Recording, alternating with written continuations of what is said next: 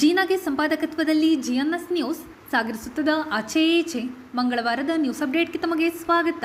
ಮುಖ್ಯಾಂಶಗಳು: ನಂದಿನಿ ಹಾಲು ವಿತರಕರಿಂದ ಪ್ರತಿಭಟನೆ, ನಾಳೆ ಹಾಲು ಮಾರಾಟ ಬಂದ್ ಎಚ್ಚರಿಕೆ, ವಿತರಕರ ಸಮಸ್ಯೆಗೆ ಸ್ಪಂದಿಸದ ಶಿಮುಲ್ ವಿರುದ್ಧ ನಾಗರಾಜ್ ಆಕ್ರೋಶ, ನಂದಿನಿ ಜನಪ್ರಿಯತೆಯಲ್ಲಿ ವಿತರಕರ ಪರಿಶ್ರಮವಿದೆ, ಅವರನ್ನೇ ಮರೆತ ಶಿಮುಲ್ ಅಧ್ಯಕ್ಷ ವಿದ್ಯಾಧರ್ ನಡೆ ಖಂಡಿಸಿದ ತೀನಾ ಶ್ರೀನಿವಾಸ್, ಗಾಂಧಿನಗರ ಯುವಜನ ಸಂಘದ ಸುವರ್ಣ ಮಹೋತ್ಸವ ಕುಸ್ತಿ ಪಂದ್ಯಾವಳಿ ಅಕ್ಟೋಬರ್ 1 ಮತ್ತು 2ರಂದು ರಾಷ್ಟ್ರಮಟ್ಟದ ದಸರಾ ಕುಸ್ತಿ, ದೇಶದ ಬೇರೆ ಬೇರೆ ರಾಜ್ಯದ ಖ್ಯಾತನಾಮ ಪೈಲ್ವಾನರು ಸಾಗರಕ್ಕೆ.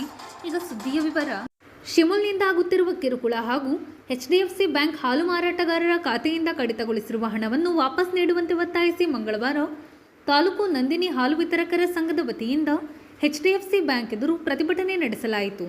ಈ ಸಂದರ್ಭದಲ್ಲಿ ಮಲೆನಾಡು ರೈತ ಹೋರಾಟ ಸಮಿತಿ ಜಿಲ್ಲಾ ಸಂಚಾಲಕ ತೀನಾ ಶ್ರೀನಿವಾಸ್, ಸಂಘದ ಅಧ್ಯಕ್ಷ ನಾಗರಾಜ್ ಮಾತನಾಡಿದರು.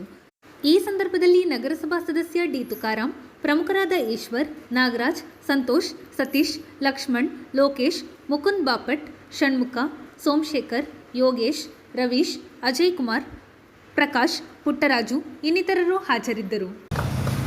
ಇಡೀ ರಾಷ್ಟ್ರದಲ್ಲೇ ಹೆಸರುವಾಸಿ ಮೊನ್ನೆ ಅಧ್ಯಕ್ಷರು ಮತ್ತು ಕೆಲವರೆಲ್ಲ ಹೇಳಿಕೆ ಕೊಟ್ಟಿದ್ರು, ಹೊಸ ಕೌಂಟ್ರು ಮಾಡ್ತಾ ಇದ್ದೀವಿ, ಪೆಟ್ರೋಲ್ ಬಂಕ್ ಹತ್ರ ಕೌಂಟ್ರ್ ಮಾಡ್ತೀವಿ, ಅಲ್ಲಿ ಮಾಡ್ತೀವಿ, ತಿರುಪತಿಗೆ ಲಡ್ಡಿಗೂ ಸಹ ಈಗ ನಂದಿನಿ ಹಾಲಿಗೆ ಬೇಡಿಕೆ ಇದೆ, ನಂದಿನಿ ಹಾಲಿಗೆ ಅಂತೇಳಿ ತುಪ್ಪಕ್ಕೆ ಬೇಡಿಕೆ ಇದೆ ಅಂತ ಪತ್ರಿಕೆಯಲ್ಲಿ ಕೊಡ್ತಾರೆ.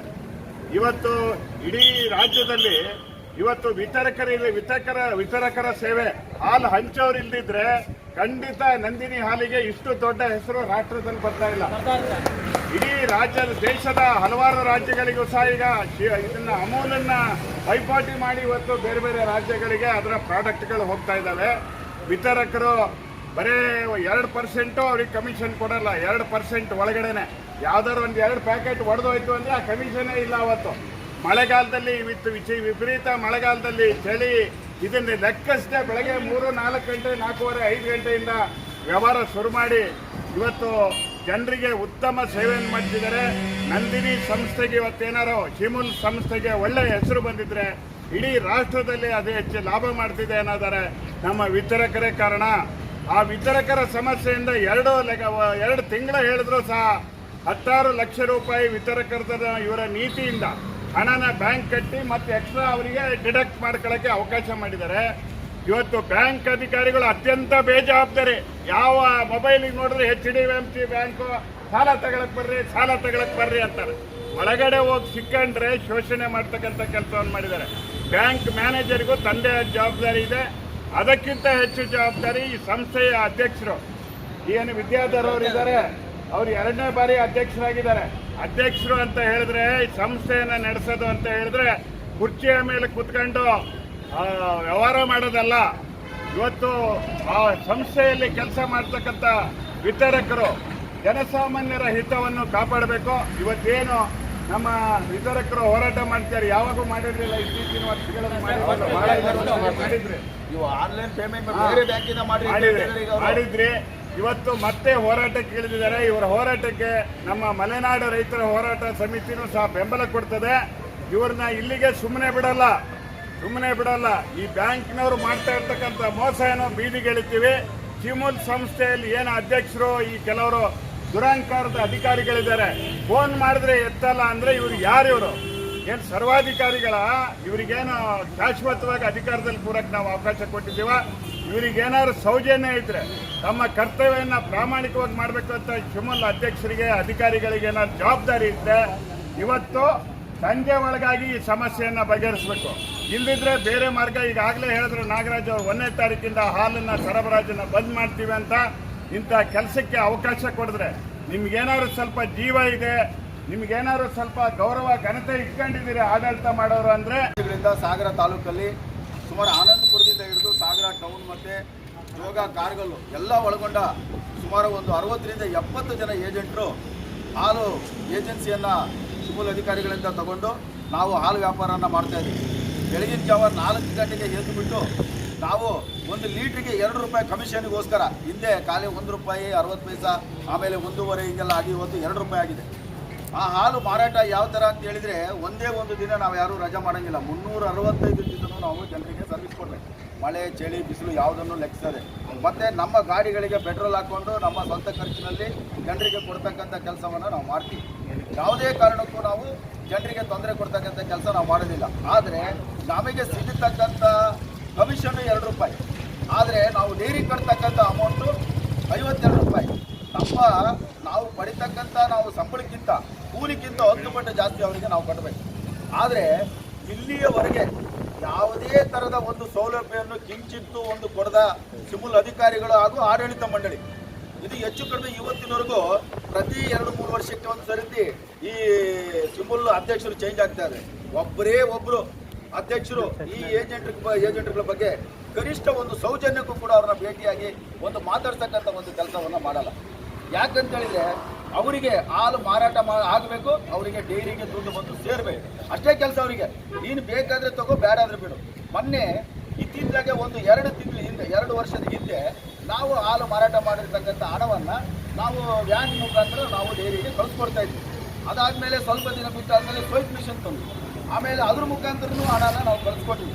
ಆಮೇಲೆ ಸ್ವಲ್ಪ ದಿನ ಬಿಟ್ಟು ಬಂದರು, ವ್ಯಾನ್ನವರು ನಮಗೆ ಸರಿಯಾಗಿ ದುಡ್ಡು ಕೊಡ್ತಾ ಇಲ್ಲ, ಇದೇನೋ ಆಗ್ತಾ ಇದೆ ಅಂತ ಹೇಳ್ಬಿಟ್ಟು ನೀವು ಆನ್ಲೈನ್ ಪೇಮೆಂಟ್ ಮಾಡಬೇಕು ಅಂತ ಹೇಳಿ ಆನ್ಲೈನ್ ಪೇಮೆಂಟ್ ಮಾಡಬೇಕು ಅಂತ ಹೇಳಿದ ಮೇಲೆ ಯಾವ ಥರ ಮಾಡಬೇಕಂತ ಅವರೇ HDFC ಬ್ಯಾಂಕ್ನ ಅಧಿಕಾರಿಗಳನ್ನು ಕರ್ಕೊಂಡು ಬಂದು ಶಿವಮೊಗ್ಗ ಮತ್ತು ಸಾಗರದವ್ರನ್ನ ಕರ್ಕೊಂಡು ಬಂದು ನಮ್ಮನ್ನು ಎಲ್ಲರನ್ನೂ ಕೂಡಿಸ್ಕೊಂಡು ಬ್ಯಾಂಕ್ ಅಕೌಂಟನ್ನು ಓಪನ್ ಮಾಡಿಸಿ ಆನ್ಲೈನ್ ಪೇಮೆಂಟನ್ನು ಮಾಡಲಿಕ್ಕೆ ಶುರು ಮಾಡಿದ ಮೇಲೆ ಮಧ್ಯ ಸಾಕಷ್ಟು ಕಿರುಕುಳ ಕೊಟ್ಟರು ಡೈರಿಯವರು.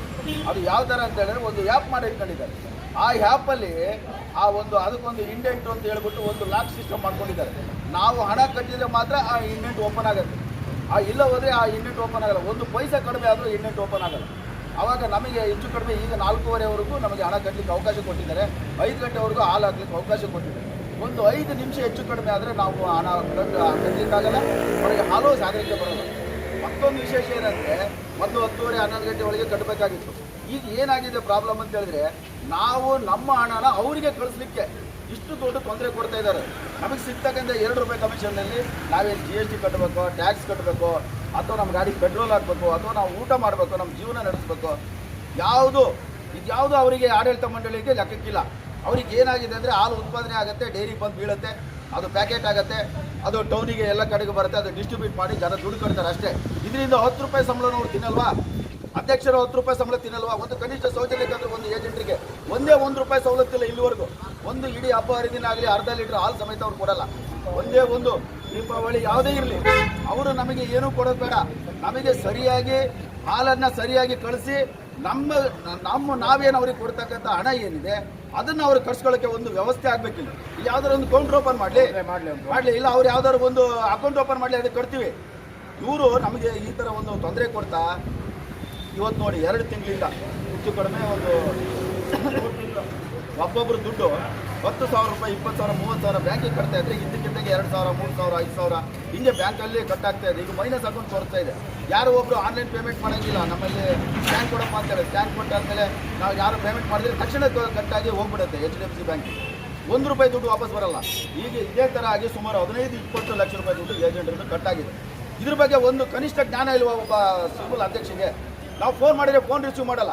ಅವ್ರು ಯಾರೋ ಅಧಿಕಾರಿಗಳು ಕೈಲಿ ಕೊಡ್ತಾರೆ, ಆದರೆ ನಾವು ಅವರಿಗೆ ಮನುಷ್ಯರ ಥರ ಕಾಣ್ತಾ ಇಲ್ವಾ? ನಮ್ಮನ್ನು ಪಿಚ್ಚುಗಳ ಟೈಪ್ ಅವ್ರು ನಡೆಸ್ಕೊಳ್ತಾ ಇದ್ದಾರೆ.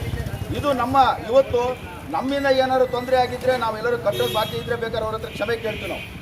ಇದು ನಮ್ಮ ಹಣ ಹೋಗಿರ್ತಕ್ಕಂಥದ್ದು. ಡೈರಿಯಿಂದ 1 ರೂಪಾಯಿ ಅವ್ರಿಗೆ ಬಾಕಿ ಇದ್ದರೆ ನಾವು ಇವತ್ತೇ ಕೊಡ್ಲಿಕ್ಕೆ ನಾವು ತಯಾರಿದ್ದೀವಿ. ನಮ್ಗೇನು ಕೊಡ್ತಾ ಇದ್ದಾರೆ ಅವರು? ಈಗ ರೈತರು ಹಾಲು ಉತ್ಪಾದನೆ ಮಾಡ್ತಾರೆ, ಎಲ್ಲ ರೈತರಿಗೆ ಉತ್ಪಾದನೆ ಕೊಡ್ತಾ ಇದ್ದೀವಿ ಅಂತ ಹೇಳ್ತಾರೆ. ಆ ಉತ್ಪಾದನೆ ಮಾಡಿ ಇಟ್ಟಿರ್ತಕ್ಕಂಥ ಹಾಲು ಡೈರಿಯಲ್ಲಿ ಇಟ್ಕೊಳ್ತಾರ, ಅದನ್ನ ಜನ ಕುಡ್ಲಿಕ್ಕೆ ಕೊಡಲ್ವಾ? ನಾವು ಡಿಸ್ಟ್ರಿಬ್ಯೂಟ್ ಮಾಡಲ್ವಾ? ಇವತ್ತು ಬೆಳಗ್ಗೆ ಎದ್ದ ತಕ್ಷಣ ಯಾರು ದುಡ್ಡು ಕೊಡ್ತಾರೋ ಬಿಡ್ತಾರೋ ಗೊತ್ತಿಲ್ಲ ನಮಗೆ. ನಾವು ನಮ್ಮ ಜೇಬಿಂದ ದುಡ್ಡು ಹಾಕಿ ಡೈರಿಗೆ ಕಟ್ತೀವಿ. ಈಗ ತಿಂಗಳ ಸಂಬಳದವ್ರು ಇದ್ದಾರೆ, ಒಬ್ಬರ ಹತ್ರ ದುಡ್ಡು ಇರಲ್ಲ, ಒಬ್ರು ಕೊಡ್ತಾನೆ, ಒಬ್ರು ಕೊಡೋದಿಲ್ಲ. ಬೆಳಗ್ಗೆ ಮತ್ತೆ ಪ್ಯಾಕೆಟ್ ಹಾಲು ಸಮೇತ ಹೊಡೆದಿರುತ್ತೆ. ಹೋಟ್ಲವ್ರು ಇವತ್ತು ಕೊಟ್ಟರೆ ಸಂಜೆವರೆಗೂ ನಾವು ಬೆಳಗಿನ ಜಾವ ಹೋಗಿ ದುಡ್ಡು ಕಲೆಕ್ಟ್ ಮಾಡ್ಕೋಬೇಕು. ಯಾರು ದುಡ್ಡು ಕೊಡದೆ ಹೋದ್ರು ನಮ್ಮ ಜೋಬಿಂದ ದುಡ್ಡು ಹಾಕಿ ನಾವು ಡೈರಿಗೆ ದುಡ್ಡು ಕಟ್ತೀವಿ. ಆದರೆ ಈ ಕನಿಷ್ಠ ಜ್ಞಾನನೂ ಅವ್ರಿಗಿಲ್ಲ. ಏನು ಹೇಳ್ತಾರೆ? ಎಷ್ಟು ದುಡ್ಡು ಕಳ್ಕೊಂಡಿದ್ದು ಯಾಕೆ ಹೇಳ್ತಾರೆ ಒಬ್ಬರು ಅಧ್ಯಕ್ಷರು ನಮಗೆ? ಆದರೆ 10 ರೂಪಾಯಿ ದುಡ್ಡು ಲಕ್ಷ ಆದರೆ ದುಡ್ಡಲ್ವಾ?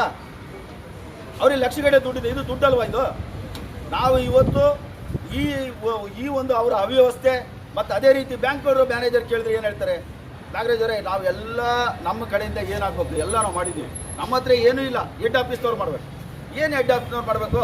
ಹಲೋ ಅಂದರೆ ಬಾಂಬೆಗೆ ಮುಟ್ಟುತ್ತೆ ಫೋನು, ಇಡೀ ಆಲ್ ಓವರ್ ವರ್ಲ್ಡಿಗೆ ಹೋಗುತ್ತೆ. ಆನ್ಲೈನ್ ಸಿಸ್ಟಮು 5 ನಿಮಿಷದಲ್ಲಿ ಕೆಲಸ ಆಗುತ್ತೆ. ಈ ಥರ ಸಾಗರ ಬ್ರಾಂಚಲ್ಲಿ ಆಗಿದೆ ಅಂತ ಹೇಳಿ ಹೆಡ್ ಆಫೀಸಿಗೆ ತಿಳ್ಸಕ್ಕೆ ಬರಲ್ಲ ಇವರಿಗೆ ಹೆಡ್ ಆಫೀಸ್ ಶಿವಮೊಗ್ಗದಲ್ಲಿ ಇಲ್ಲೋ ಬ್ರಾಂಚು ತಾರೀಕು ಇಡೀ ಅಪ್ ಟು ಸಾಗರ ತಾಲೂಕು ಹಾಲು ಬಂದ್ ಮಾಡ್ತಾ ಇದ್ವಿ. ನಾವು ಸ್ಥಗಿತಗೊಳಿಸಿದ ಮಾರಾಟನ ನಾವು ನಿಲ್ಲಿಸ್ತಾ ಇದ್ವಿ. ಗ್ರಾಹಕರು ದಯವಿಟ್ಟು ಸಹಕರಿಸಬೇಕು. ಹೋಟ್ಲುಗಳು ಮತ್ತು ಯಾವ್ಯಾವುದು ಅಂಗಡಿ ಏನು ಹಾಲು ಮಾರಾಟ ಮಾಡ್ತಾರೆ ದಯವಿಟ್ಟು ಟೀ ಕಾಫಿ ನಾಳೆ ಒಂದು ದಿವಸಕ್ಕೆ ಬಂದ್ ಮಾಡಿ ನೀವು ನಮಗೆ ಸಹಕಾರ ಕೊಡಿ. ನಾಳೆ ನಿಮಗೆ ನಮಗೆ ಸಹಕಾರ ಕೊಡಬೇಕು. 365 ದಿವಸ ನಿಮಗೆ ನಾವು ಸಹಕಾರ ಕೊಟ್ಟಿದ್ದೀವಿ, ನಿಮಗೆ ಸರ್ವಿಸ್ ಕೊಟ್ಟಿದ್ದೀವಿ ನಾವು. ನೀವು ನಮಗೆ ಸಹಕಾರ ಕೊಡಬೇಕು ನಾಳೆ ಒಂದು ದಿವಸಕ್ಕೆ. ಇದು ನಮ್ಮ ಬದುಕಿನ ಪ್ರಶ್ನೆ. ಈ ನಿಮ್ಮ ಗ್ರಾಹಕರು ನೇರವಾಗಿ ಡೈರೆಕ್ಟಾಗಿ ಸಿಮುಲ್ ಅವರಿಗೆ ಪ್ರಶ್ನೆ ಮಾಡಿ, ನೀವು ನಮ್ಮನ್ನು ಪ್ರಶ್ನೆ ಯಾಕೆ ಹಾಲು ಇಳಿಸಲಿಲ್ಲ ಅಂತ ಕೇಳೋ ಬದಲು ಯಾಕೆ ಹಾಲು ಕಳಿಸ್ಲಿಲ್ಲ ಅನ್ನೋದ್ರ ಬಗ್ಗೆ ಸಿಮುಲ್ ಅವರು ಪ್ರಶ್ನೆ ಮಾಡಿ. ಅವ್ರು ಏನು ಆಡಳಿತ ಮಾಡ್ತಿದ್ದಾರೆ ಅಂತ ಕೇಳ್ರಿ. ಇದು ದೊಡ್ಡ ದುರಂತ ಆಗಿದೆ. ನಮ್ಮ ಬದುಕಿನ ಜೊತೆ ಸಿಮುಲ್ ಅವರು ಆಟ ಆಡ್ತಿದ್ದಾರೆ.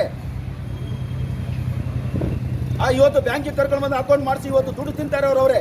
ಇಷ್ಟು ದುಡ್ಡು ಲೋಪ ಆಗಿದೆಯಲ್ಲ, ಇದನ್ನು ಯಾರು ಇದು ಮಾಡ್ತಾ ಇದ್ದಾರೆ? ಬ್ಯಾಂಕ್ನವರು ಮತ್ತು ಸಿವಿಲ್ ಅಧಿಕಾರಿಗಳು ಸೇರಿ ಈ ದುಡ್ಡನ್ನು ಲಪಟಾಯಿಸಿದ್ದಾರೆ. ಈ ದುಡ್ಡು ಹಣ ನಮಗೆ ಬರಬೇಕು. ಇದು ಬರದೇ ಇದ್ದಲ್ಲಿ ರಾಷ್ಟ್ರಮಟ್ಟದ ದಸರಾ ಕುಸ್ತಿ ಪಂದ್ಯಾವಳಿ ಅಕ್ಟೋಬರ್ 1 ಮತ್ತು 2ರಂದು ಗಾಂಧಿನಗರದ ಸಂಗೊಳ್ಳಿ ರಾಯಣ್ಣ ಕ್ರೀಡಾಂಗಣದಲ್ಲಿ ಮಧ್ಯಾಹ್ನ 2 ಗಂಟೆಯಿಂದ ನಡೆಯಲಿದೆ ಎಂದು ಗಾಂಧಿನಗರ ಯುವಜನ ಸಂಘದ ಅಧ್ಯಕ್ಷ ಸಂತೋಷ್ ಸದ್ಗುರು ತಿಳಿಸಿದರು.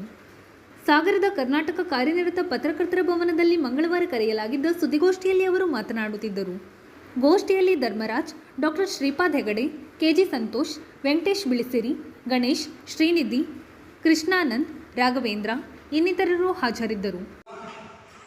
ಕಳೆದ 50 ವರ್ಷಗಳಿಂದ ಕಲೆ, ಸಾಹಿತ್ಯ, ಸಾಂಸ್ಕೃತಿಕ, ಶೈಕ್ಷಣಿಕ, ಧಾರ್ಮಿಕ ಇತರ ವಿಷಯಗಳಲ್ಲಿ ತನ್ನದೇ ಆದ ಛಾಪನ್ನು ಮೂಡಿಸಿದೆ. ಅದರಲ್ಲೂ ಗಾಂಧಿನಗರ ಯುವಜನ ಸಂಘ ಪ್ರತಿಷ್ಠೆಯನ್ನು ತಂದುಕೊಟ್ಟಿದ್ದೇನು ಅಂತಂದರೆ 50 ವರ್ಷಗಳ ಕಾಲ ನಿರಂತರವಾಗಿ ದಸರಾ ಕುಸ್ತಿಯನ್ನು ನಡೆಸ್ಕೊಂಡು ಬಂದಿರತಕ್ಕಂಥದ್ದು. ಆ ದಸರಾ ಕುಸ್ತಿ ಪ್ರತಿ ವರ್ಷ ಒಂದು ದಿನಕ್ಕೆ ಸೀಮಿತ ಆಗಿತ್ತು. ಈ ಸಲ 50ನೇ ವರ್ಷ ಸುವರ್ಣ ಸಂಭ್ರಮ ಬಂಗಾರದ ಬೆಳಗು ಅನ್ನೋ ಒಂದು ಕಾರ್ಯಕ್ರಮ ಮಾಡ್ತಾ ಇರೋದ್ರಿಂದ 2 ದಿನಗಳ ಕಾಲ ಈ ಕುಸ್ತಿಯನ್ನು ಮಾಡ್ತದೆ. ಈ ಕುಸ್ತಿ 1 ಮತ್ತು 2ನೇ ತಾರೀಕು ನಡೀತದೆ. ಮಧ್ಯಾಹ್ನ 3 ಗಂಟೆಗೆ ಆರಂಭ ಆಗ್ತದೆ ದಸರಾ ಕುಸ್ತಿ. ಇದರಲ್ಲಿ ಬೆಳ್ಳಿಗಡೆ, ಬಂಗಾರದ ಬಳೆ, ಅಖಾಡ ಬಳೆ, ಪರ್ಸಿ ಬಳೆ, ಪದಕ, ಹೀಗೂ ಇನ್ನಿತರ ಹಣದ ನಗದು ಬಹುಮಾನಗಳು ಎಲ್ಲ ಇರ್ತದೆ. ಈ ಕುಸ್ತಿಗೆ ಪಟುಗಳು ಹರಿಯಾಣ, ಪಂಜಾಬ್, ಡೆಲ್ಲಿ, ಹಾಗೆ ಮತ್ತು ಮಹಾರಾಷ್ಟ್ರ ಕೇಸರಿ ಅಂತ ರಮೇಶ್ ಚೌಹಾನ್ ಈಗ ಆದರು, ಅವರು ಕೂಡ ಬರ್ತಾ ಇದ್ದಾರೆ. ಬೆಲ್ಗಾಂ, ಸಾಂಗ್ಲಿ ಈ ಕಡೆಯಲ್ಲೆಲ್ಲ ಬರ್ತಿದ್ದಾರೆ. ಸುಮಾರು ಒಂದು 200 ಜೊತೆ ಕುಸ್ತಿಗಳು ಆಗ್ಬೋದು ಅನಿಸುತ್ತೆ. 200 ಜನ ಬರ್ಬೋದು ಕ್ರೀಡಾಪಟುಗಳು. 120 ಜೊತೆ ಕುಸ್ತಿಗಳು ನಡೀತದೆ. ಹಾಗೆ ವಿಶೇಷವಾಗಿ ಮಹಿಳಾ ಕುಸ್ತಿ ಕೂಡ ಏರ್ಪಡಿಸಿದ್ದೇವೆ. ಕುಸ್ತಿಯ ಯಶಸ್ಸಿಗೆ ಏನು ಬೇಕು ಇದಕ್ಕೆಲ್ಲ ಪ್ರಯತ್ನಗಳನ್ನು ನಾವು ಮಾಡಿದ್ದೇವೆ. ಪ್ರಕೃತಿಯ ಮುಂದೆ ಯಾರೂ ಕೂಡ ದೊಡ್ಡವರಲ್ಲ. ಸೊ ಇಷ್ಟು ದಿನ ಮಳೆ ಇತ್ತು. ಸೊ ಮಳೆ ಬಂದಿದ್ದರಿಂದ ನಮಗೆ ಏನು ಮಾಡಬೇಕು ಬಿಡಬೇಕು ಅಂತೆಲ್ಲ ಹೀಗಿತ್ತು. ನಿರಂತರವಾಗಿ ಮಳೆ ಇದ್ದಿಲ್ಲ. ಈ ಮಳೆ ನಿನ್ನೆ ನಿಂತಿದೆ. ವಿಶೇಷ ಪ್ರಯತ್ನಗಳನ್ನೆಲ್ಲ ನಾವು ಮಾಡಿದ್ದೀವಿ. ಕುಸ್ತಿ ಸುಂದರವಾಗಿ ಬರೋದಕ್ಕೆ ಏನು ಮಾಡಬೇಕು ಅದಕ್ಕೆ ನಮ್ಮ ಸಂಘದ ಸದಸ್ಯರು, ಹಿರಿಯ ಸದಸ್ಯರು ನಮ್ಮೆಲ್ಲ ಸೇರಿ ಅದನ್ನು ಮಾಡ್ತೀವಿ. ಸಂಘ 50 ವರ್ಷಗಳನ್ನು ಪೂರೈಸಿದೆ. ಇದಕ್ಕೆ ಎಲ್ಲ ದಾನಿಗಳು, ಕ್ರೀಡಾಪಟುಗಳು, ಕ್ರೀಡಾಭಿಮಾನಿಗಳು, ಸಾಗರದ ಜನತೆ, ನಮ್ಮ ಏರಿಯಾದ ಜನತೆ ಎಲ್ಲರೂ ಕೂಡ ಸಹಕಾರಿಯಾಗಿದ್ದಾರೆ. ಅವರೆಲ್ಲರೂ ಕೂಡ ನಮ್ಮ ಧನ್ಯವಾದ ಕೂಡ ಈ ಸಂದರ್ಭದಲ್ಲಿ ಉದ್ಘಾಟನೆಯನ್ನು ಸನ್ಮಾನ್ಯ ಶಾಸಕರಾದಂಥ ಗೋಪಾಲಕೃಷ್ಣ ಬಳ್ಳೂರು ಅವರು. ಇದು ಮಂಗಳವಾರದ ಸಮಗ್ರ ಸುದ್ದಿ. ನಿರಂತರ ಸುದ್ದಿಗಾಗಿ ನೋಡ್ತಾ ಇರಿ GNS ನ್ಯೂಸ್. ನಮಸ್ಕಾರ.